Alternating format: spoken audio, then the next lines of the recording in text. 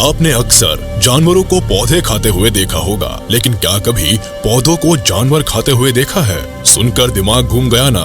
ऐसा सच में होता है। इस दुनिया में ऐसे कई पौधे मौजूद हैं जो प्राण भक्षी है, खून के प्यासे है और जो जानवरों और कीड़े मकोड़ों का मांस खाते हैं। लेकिन जानने वाली बात तो ये है कि ऐसा क्या हुआ कि इन पौधों ने अपने नेचुरल रिसोर्सेज को छोड़कर छोटे छोटे जानवरों और कीड़े मकोड़ों को अपना शिकार बनाना शुरू कर दिया। तो चलिए ये समझने के लिए वीडियो की शुरुआत करते हैं।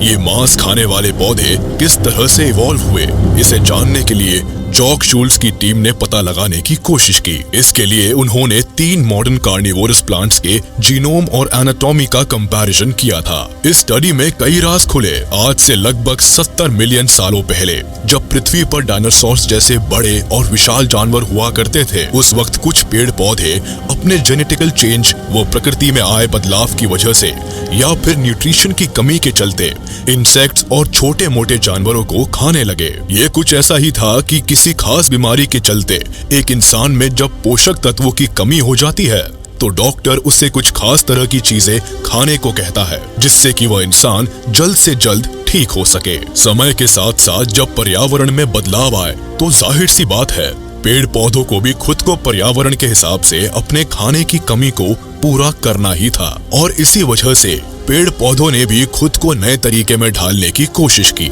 यही वजह थी कि उनकी पत्तियों और बाकी हिस्सों में भी चेंजेस होते चले गए। इस प्रोसेस को पूरा होने में और प्लांट्स को पूरी तरह से कार्निवोरस होने में हजारों सालों का समय लगा। लेकिन इसी दौरान इन पौधों को बहुत सारे फायदे भी हुए, क्योंकि ये पौधे बदलाव को बहुत ही अच्छी तरह से समझ चुके थे। इनको पता था कि अगर ये खुद में बदलाव नहीं लाएंगे तो शायद ये हमेशा हमेशा के लिए खत्म हो जाएंगे। इन पौधों को एनिमल्स व इंसेक्ट्स को खाने से नए तरह के न्यूट्रिएंट्स मिलने लगे, जो कि शायद पहले संभव नहीं था। इसके बाद ही इन पौधों ने ये बात जान ली कि हम सही रास्ते पर जा रहे हैं। वैसे तो बहुत सारे एनिमल ईटिंग प्लांट्स हैं, जिनकी तादाद सैकड़ों में है।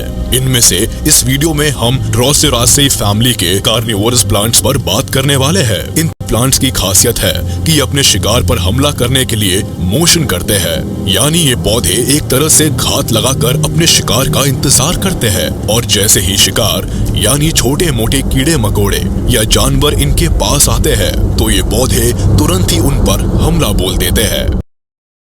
Venus fly trap. Venus fly trap Carolina में पाया जाता है, ऐसी जगह जहां की जमीन ह्यूमिड होती है, जो इन पौधों के लिए एकदम सही होती है।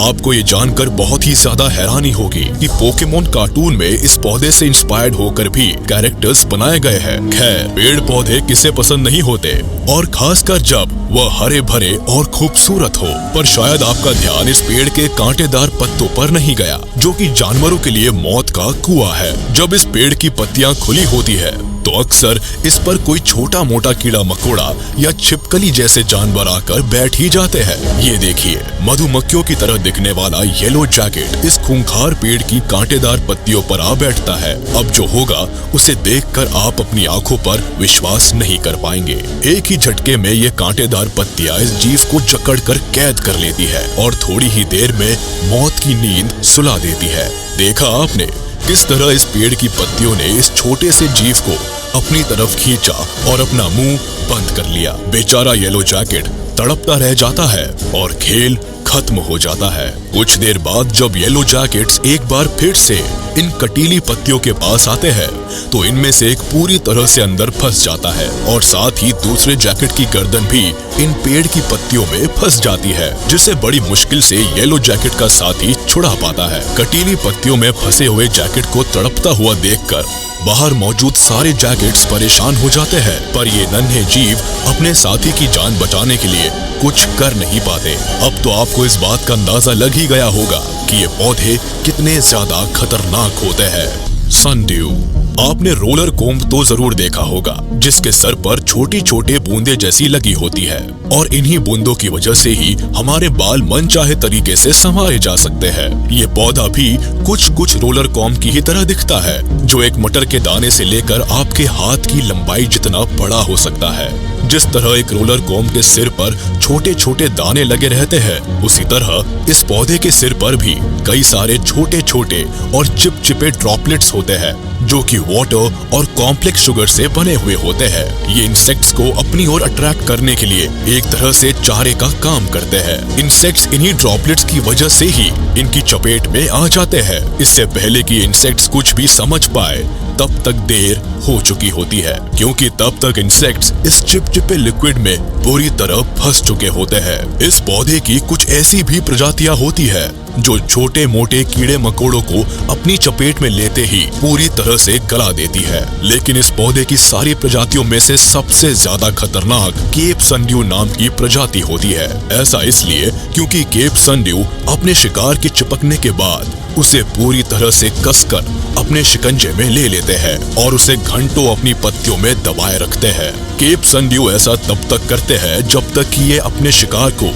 पूरी तरह से निचोड़कर इनके सारे न्यूट्रिएंट्स चूस ना ले। ये पौधे अपने चिपचिपे टेंटिकल से अपने शिकार को निचोड़ लेते हैं। ये अपने शिकार को भी महसूस कर सकते हैं और इस बात का भी अंदाजा लगा सकते हैं कि इनका कौन सा शिकार जिंदा है और कौन सा मरी हुई हालत में। जिस तरह हम इंसानों के पास दिमाग होता है, उसी तरह ये पौधे भी इलेक्ट्रिक सिग्नल्स की मदद से छोटी से छोटी हरकत का पता कर सकते हैं। इन सिग्नल्स को एक्शन पोटेंशियल्स का नाम दिया गया है। एक अनुमान के मुताबिक ये पौधे इस बात का भी पता लगा सकते हैं कि इनका शिकार पोषक तत्वों से भरा हुआ है या नहीं। Water wheel plants. जंगल में बड़ी बड़ी घास के बीच से गुजरते हुए सनड्यू फैमिली के मेंबर यानी वाटर व्हील्स को लेक के किनारे पर देखा जा सकता है। आपको बता दें कि ये पौधे बहुत ही रेयर है और बहुत कम पाए जाते हैं। इस पौधे में एक के पीछे एक लगभग 5 से 7 पत्तियां लगी होती है, जो कि एक तरह से आइडेंटिकल होती है। साफ देखा जा सकता है कि इस पौधे ने यहाँ एक मॉस्किटो लार्वा को पकड़ रखा है। ये प्लांट्स इंसानों के लिए काफी हेल्पफुल हो सकते हैं। वाटर व्हील प्लांट्स लगभग हर महाद्वीप में पैदा हो सकते हैं और किसी भी तरह के पानी पर कब्जा कर लेते हैं। इस प्लांट में अंडर वाटर फ्लैप होते हैं जो छोटे छोटे समुद्री जीवों को पूरी तरह से कस लेते हैं और उनकी जान निकाल देते हैं। इन खतरनाक पौधों की पूरी तरह से जांच करने के बाद कार्निवोरस प्लांट्स के बारे में हम 3 बातों को बहुत अच्छे से समझ सकते हैं। सबसे पहले ये पाया गया कि आज से लगभग 70 मिलियन ईयर्स पहले जब 3 मॉडर्न कार्निवोरस प्लांट्स में से किसी एक को पूरी तरह से जीनोम डुप्लीकेशन से गुजरना पड़ा होगा, जिससे एक नए तरीके का डीएनए बना, जिसे हम डुप्लीकेट डीएनए कह सकते हैं। इस डुप्लीकेट डीएनए ने लीफ और रूट्स जीन्स को भी पूरी तरह से बदल दिया और इसी वजह से इस नए डीएनए से इन प्लांट्स को नए तरह से काम करने की आजादी मिल गई और फिर इन्होंने अपना एक नया रूप धारण कर लिया। और फिर कुछ पत्तियों ने खुद को एक शिकारी की तरह ढालना शुरू कर दिया, जिसमें वह छोटे मोटे कीड़े मकोड़ों को फंसाकर उनका शिकार करने लगी, जबकि कार्निवोरस प्लांट न्यूट्रिशन और एब्जॉर्प्शन की प्रोसेस को जीन से ही कंट्रोल करने लगे।